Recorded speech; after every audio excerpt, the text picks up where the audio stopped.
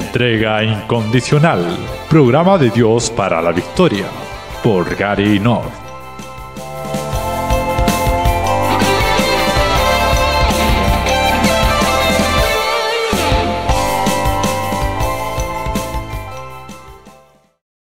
La justificación. Los hombres son escogidos. Son también adoptados. O sea que nacen de nuevo. Nacen de lo alto. Ellos responden en fe y se arrepienten. Pero Dios también los justifica. La justificación es un acto judicial. Dios, el juez soberano, mira la justicia de Cristo y la juzga perfectamente. Imputa esta justicia al pueblo de Cristo. Él los declara no culpables. Ya mencionamos Romanos 8:30, pero lo citaré nuevamente. Y a los que predestinó, a estos también llamó. Y a los que llamó, a estos también justificó. Y a los que justificó, a estos también glorificó. Estamos libres de cualquier acusación de Satanás. Citamos Romanos. Dios es el que justifica. ¿Quién es el que condenará? Romanos 8:33 al 34. Dios nos declara justo por causa de Cristo, siendo justificados gratuitamente por su gracia mediante la redención que es en Cristo Jesús. Romanos 3:24. No es la obra del hombre la que justifica al hombre, ya que por las obras de la ley ningún ser humano será justificado delante de él, porque por medio de la ley es el conocimiento del pecado. Romanos 3:24. Este es un acto estrictamente judicial de Dios, el juez supremo. Él nos declara inocentes, no por haber causa de una justicia innata u original de parte nuestra, sino por la justicia de Jesucristo. Dios mira la obediencia de Cristo a su ley como un hombre perfecto, no como la segunda persona de la Trinidad, y nos declara justo. Él nos absuelve como presos justamente condenados, de lo que de otra manera sería la inevitable ira venidera. Esta declaración es definitiva, inmediata, y será final en el día del juicio. Estamos continuamente ante el tribunal de Dios. Al ir poniendo en práctica nuestra salvación con temor y temblor, Dios va continuamente enjuiciando nuestras acciones. Este enjuiciamiento continuo es el fundamento de las instituciones del gobierno, las familias, los gobiernos civiles, las cortes eclesiásticas, en el tiempo y sobre la tierra. Dios ve nuestras acciones y declara nuestros actos de justicia como aceptable delante de Él. Nuestras injusticias quedan cubiertas por la sangre de Cristo. Hay estándares de la ley y orden, y que se origina en Dios. Su veredicto continuo de nuestra inocencia es su respuesta a la perfección imputada de Cristo. Dios no está diciendo que nuestras obras son de manera alguna la fuente de nuestra inocencia. No somos inocentes, sino como beneficiarios de la justicia imputada, decretada de Cristo. No estamos, sin embargo, fuera del tiempo. Tomamos decisiones, pensamos acerca de nuestras situaciones y llevamos a cabo nuestras acciones. Dios juzga todos de estos actos nuestros. Dios evalúa nuestras acciones continuamente y Él nos declara progresivamente justo a medida que maduramos como criaturas espiritualmente regeneradas. su decreto de nuestra justicia completamente nuestra santificación progresiva. Pero otra vez, es la justicia de Cristo imputada a nosotros lo que permite que Dios declare justos nuestras acciones. Nuestras obras de justicia son un don de Dios para nosotros. Citamos Efesios 2:10, porque somos hechuras suyas, creados en Cristo Jesús para buenas obras, las cuales Dios preparó de antemano, para que anduviésemos en ella. Si pecamos, Dios nos juzga y nos castiga. Bienaventurado el hombre a quien tú, Señor, corriges, y en tu ley lo instruyes. Salmo 94:12. Citamos otra cita, Proverbio 19:18. Castiga a tu hijo en tanto que hay esperanza, mas no se apresure tu alma para destruirlo. Esta es la actitud de Dios hacia sus hijos adoptivos, porque el Señor al que ama disciplina y azota a todo el que recibe por hijo. Hebreos 12:6. Existe este continuo enjuiciamiento, pero no es un juicio para condenación. Es el proceso de la justificación progresiva de Dios. Es su medio de poner en conformidad progresivamente nuestras acciones en el tiempo y sobre la tierra con su justificación definitiva, la cual nos fue anunciada e imputada en el momento de nuestra conversión. El sentido de la historia se reconstituye cuando Dios declara a su pueblo justo en el tiempo, a medida que éste avanza en su madurez espiritual, tanto en lo individual como colectivamente. Bien, vamos con el resumen. Repasamos esta importante pero compleja doctrina de la salvación. Hay tres esferas en las cuales el pecado del hombre y la salvación de Dios se realizan: la esfera judicial o legal, la esfera moral y la esfera de dominio. Adán fue creado legalmente sin culpa, moralmente justo y en cuanto a dominio encargado de la tierra. Cuando se rebeló contra Dios, Adán fue declarado legalmente culpable. Pasó a ser moralmente perverso y fue desterrado de Edén y perdió el dominio sobre la tierra. El plan de la salvación, sin embargo, le permitió a Adán adquirir la justificación legal ante el tribunal de Dios, la renovación moral a través de la obra del Espíritu de Dios y la adopción de dominio como hijo y embajador de Dios. La ley de Dios tiene también aplicaciones en estas tres áreas. Jurídica o legalmente, la ley condena a los pecadores, declarándoles culpables. Coloca a los hombres bajo la maldición y la ira de Dios. Jesucristo, el sustituto perfecto de Dios para los pecadores, aunque perfectamente sin pecado, él mismo llevó sobre sí la culpa legal y la ira de la ley.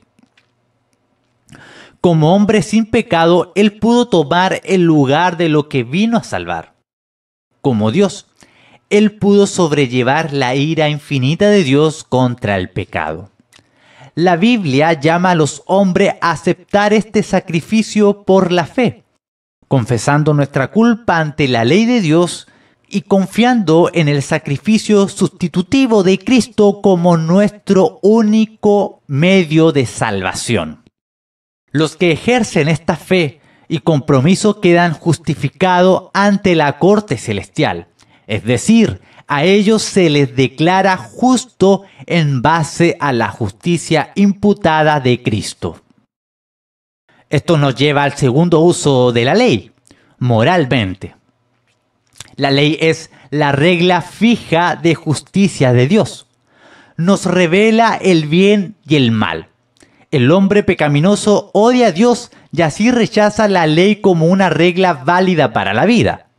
Aunque Jesucristo nunca infringió la ley de Dios, en la cruz Dios puso sobre Cristo los pecados de su pueblo. Como dice la Escritura, al que no conoció pecado, por nosotros lo hizo pecado, para que nosotros fuésemos hechos justicia de Dios en él.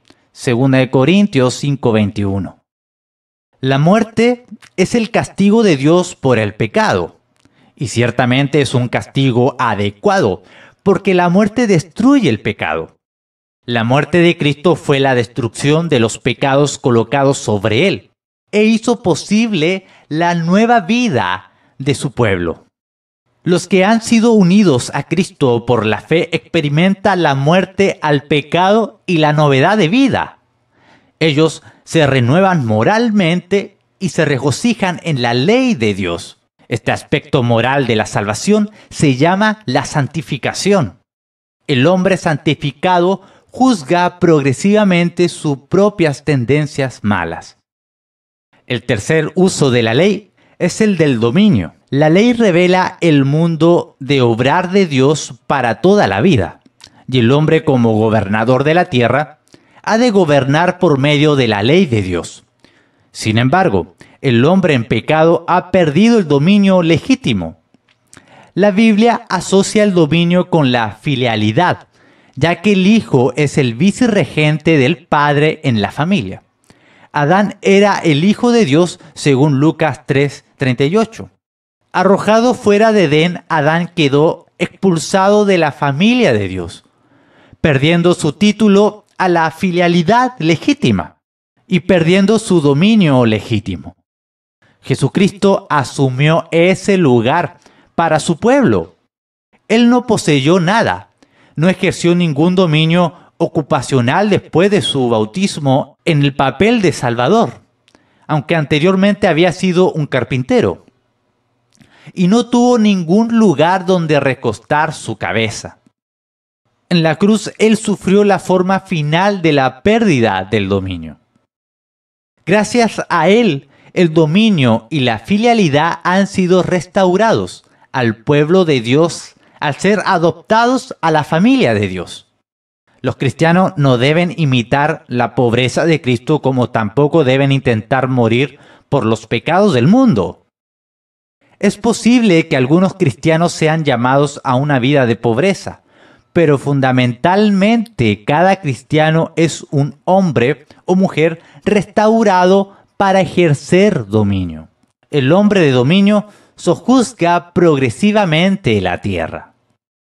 La justificación, la santificación y la adopción, estos son los tres aspectos de la salvación que corresponde a la esfera judicial, moral y de dominio de la vida. Es importante observar que hay un orden para la salvación. Dios no otorga el dominio a largo plazo a hombres inmorales, ni tampoco imparte nueva vida y justicia al que no ha sido declarado legalmente justo a su parecer. Este orden lógico no es, sin embargo, un orden temporal. Aunque debemos de distinguir los tres aspectos de la salvación, no podemos separarlos. Dios nunca imputa la justificación sin impartir también la santificación y la adopción. Todo cristiano que ha sido justificado ante Dios vivirá también una nueva vida en conformidad esencial a la ley de Dios y ejercerá inevitablemente el dominio en cualquier esfera, por pequeña que sea, en que Dios lo haya colocado.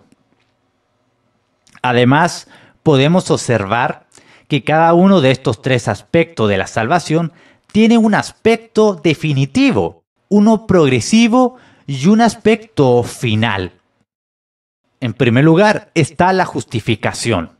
En el instante en que Dios otorga soberanamente a una persona la salvación y envía al Espíritu Santo para crear fe, lealtad en su corazón, Dios declara a esa persona justificada. Esta es la justificación definitiva. A través de la vida cristiana, Dios declara que las obras del hombre redimido son aceptables. Progresivamente, el cristiano aprenderá lo que significa tener borradas sus culpas y a vivir como un hombre libre.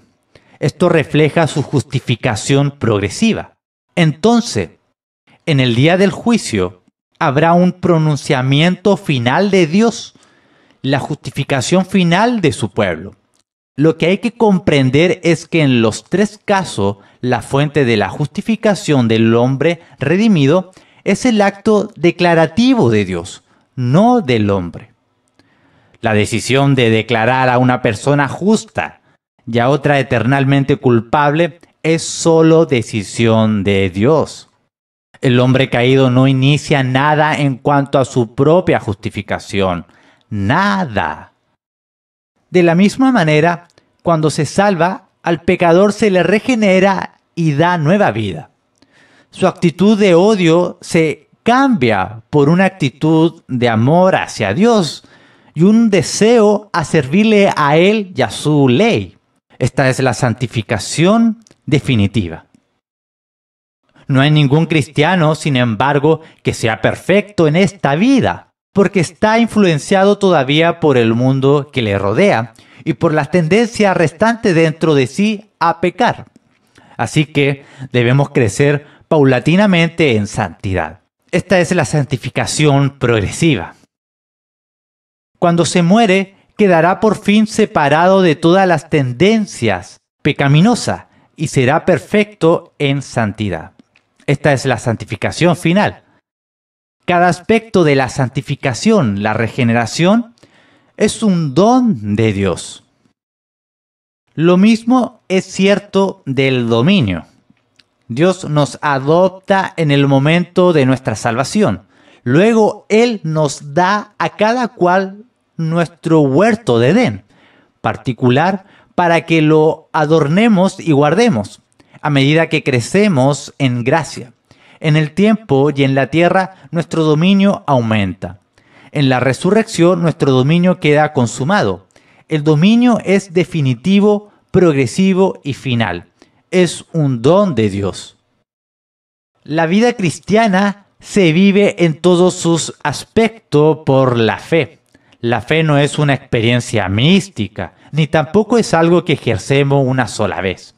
En el momento de la conversión, ni es una mera creencia intelectual. A veces la gente cree que somos justificados por la fe y santificados por las obras. Esto es fundamentalmente erróneo. La fe es una actitud que acompaña todas las obras. Todos los hombres tienen fe, lealtad a una serie de ideas. El cristiano lo tiene fe y lealtad al Creador del universo. Esta actitud de fe y lealtad produce las buenas obras, tanto moral como de dominio.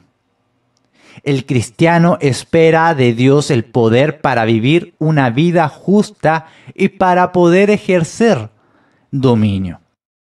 Esperar en Dios es un ejercicio de fe, confianza y lealtad. Así pues, toda obra cristiana se basa en la fe. La expresión preeminente de la fe es la oración. En la oración, el cristiano expresa su aceptación de la palabra y pacto de Dios al decir amén a la palabra de Dios. En la oración, el cristiano expresa su dependencia total de Dios al pedirle la gracia para vivir como Dios quiere. Prácticamente, entonces, la fe se ve en la oración.